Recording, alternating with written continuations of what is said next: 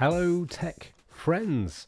Today we're looking at an unusual peripheral that's called the Penguin. This is an ambidextrous vertical mouse. You might be able to see why it's named the Penguin there. Looks like some sort of cyber penguin. And this is for people who might have some mobility issues. So here's your regular mouse. With the old vertical mouse, you do this kind of movement instead, right? And these come in a few different sizes, and Posturite, they make lots of different things. I picked this up at a car boot sale, and the guy said, it's too small for me hands.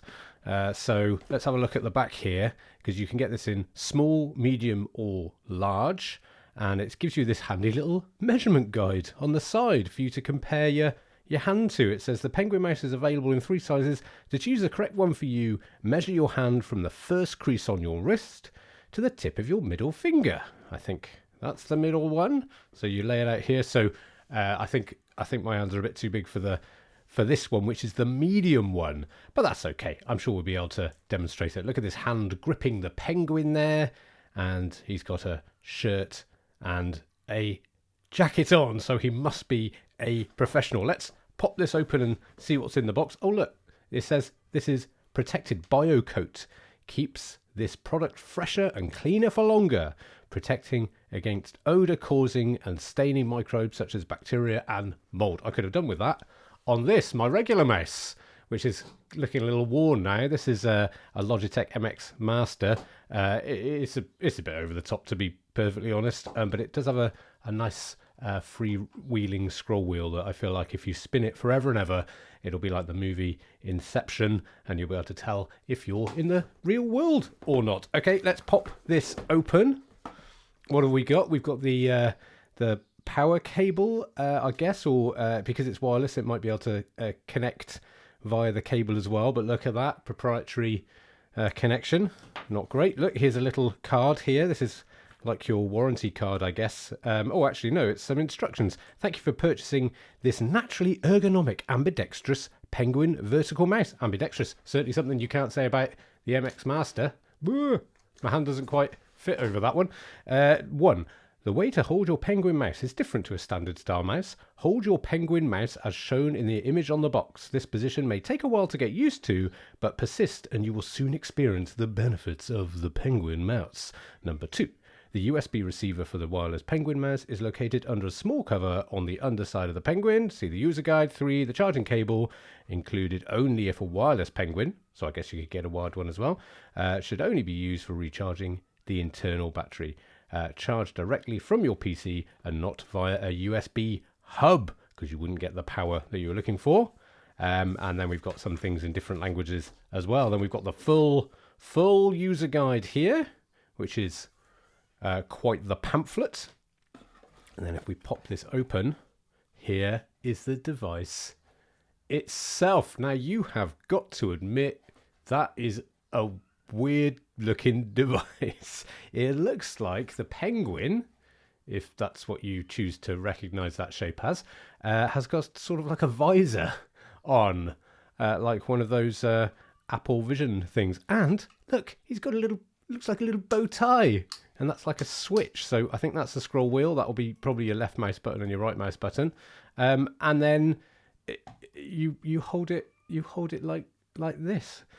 I feel like I'm assaulting the poor little penguin there. You can switch it on or off, and yes, it points out there's the receiver in there. So we'll pop that out because we're going to need that to test it out. So what I'll do is I'll try it out with a game on DOSBox so we can see how effective it is, because you've got to move this whole plate around. It does also have a DPI selector, which not all devices have. I think probably the Logitech MX Master does, but it's probably in software rather than on the device itself. So we can't try it out on wood, can we? That wouldn't really be very fair. Wouldn't give it a penguin in hell's chance, would it? So let's get out what I normally have on this desk, which is a felt mouse mat. And although that probably isn't great for gaming and all that sort of stuff, we're going to compare it. It's nice to use, so we'll compare it with the Master, and we'll compare the You see, my hand is quite large for it.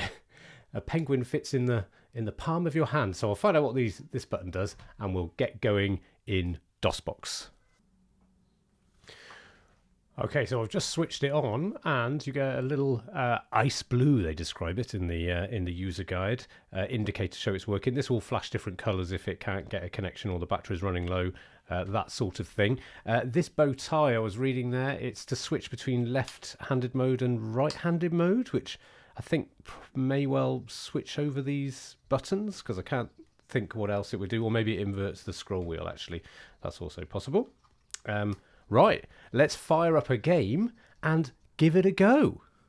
Okay, the first thing we're going to try out is XQuest, which I've got installed in DOSBox here. This is a shareware game, and if I edit the xquest.doc file, it says XQuest is a horribly addictive arcade game for the PC. Gems, mines, bonuses, lots of things to wantonly blow up.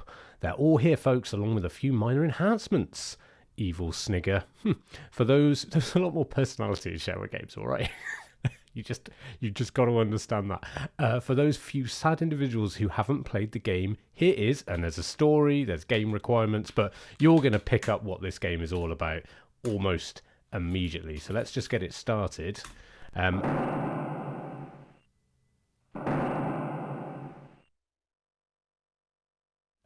I will use the Logitech MX Master to start the game, and this will be our control. Let's see how far we can get in the game. Okay, so firstly, you're a little spaceship. Okay, you're flying around, and you're picking these little things up. Just whizzing around, and I'm using the mouse to do so. As you can see, it requires very slight adjustments to the controller, and you can shoot as well. And there you go. You whip through the gate at the top to complete the level once you've picked up all of these gems, and you can see there's a counter going down in the bottom right hand corner, and also you've got some special bombs, and there's some mines up. Oh! If you touch the sides, you die, just like in real life. So there we go, just got 2 more to get, and there's a timer. Oh, gently does it. You have to be very delicate with the mouse movements. The number of gems goes up each time. There's mines as well to avoid, and that's all right. There's enemies, and it's best to shoot the enemies, but it's quite hard. It's, I suppose, could you describe it like Vampire Survivors? Probably not really. Oh, very difficult to get through there. There we go. This is actually XQuest 2. The original one didn't have a ship, it was a circle, and it made it quite hard to identify what direction it was going in. But as you can see, if you whip the mouse around a bit faster, then you move faster. And after a while of getting used to it like this, you can really whiz around at great speed and great accuracy. I think maybe some of the sound files they've got here are maybe taken from famous things or stolen things or something. Okay, last life. Let's just... Oh, and I crashed. There we go. So that is 15,500 points. Apparently that's a new high score. Thank you very much. Very proud of myself. So let's make sure that says MX Master on there so we know which one did what. Okay. I'll pop that to one side and whip out my penguin. Okay. Okay, right. Here we go. Penguin mode. Let's click in here. Yeah, it's great, isn't it? You can have multiple mice on one computer. So let's reset that into the sort of center of the pad. I'll click the button and let's move my penguin. Okay. Not so bad. I think the DPI is set slightly differently, so I have to make more aggressive movements with my penguin. There are going to be some absolutely fantastic quotes from this episode, and I'm shooting these, although I can't shoot them very accurately. But then I didn't do particularly well with the last one either. I will say, firing feels a lot more like you're pulling a trigger And that's quite satisfying, because of course the orientation. Ooh, careful. Ooh, ooh, ooh, ooh, ooh. Easy does it. Easy does it. Ooh, get those ones in the corner. Ooh. Got to be a bit careful, haven't you? These sorts of knee-jerk reactions are not what this game demands. They require a steady and calm hand. Whoop. Well, I couldn't quite make it there, could I? Whip. Up we go. And let's whiz around a little more. So I think you press the right-click button to fire one of those super bombs, which will kill everybody on the screen. So I could try that. That'll probably very cautiously going around. You get bonus points if you complete the level in a certain time. There we go. Right-clicking. That's what does that. And there we go. So I have to say, it feels a little strange in the hand, and it might just be because of the size. My Penguin is too small for my vice-like grip. But I think if it was the right size for me, or if indeed I had hand shrinking surgery, sure that's a thing, then I think it would probably feel a little bit more reasonable. And I suppose maybe the majority of people would be using this as in an office context. Oh, look at that maneuver. Oh, I still haven't got... Oh, crashing into the walls. Okay, last life. Oh, where's the... Oh no, I just need to get out. Just get out. There we go. Okay, right. See the numbers of these gems and things that you need to pick up. Oh, the enemies are a bit harder. Whoa. Okay, there we go. That's that. Well, the Penguin won on that one, didn't he? So that's pretty good. Obviously, it's probably just practicing the game. Oh, I think that's competent. I think you could use it. So let's quit that.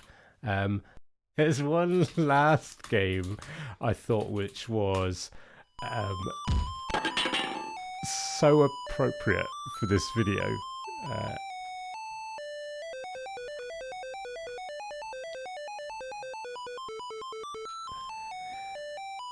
Okay, right, shooter gallery. Let's just go straight in with the Penguin. Let's just give it a go. You want to practice or should we play? We play. Birds and bottles. Click when ready. Okay, well you can probably guess how this is going to play out. So, pew, pew. Take that, squirrel. So you can see you get different points for different things. The things that give you the most points are generally the smaller things. And some of these are very hard to hit. It's not so much about moving the mouse, not in this particular round in the game anyway. Oh, there we go.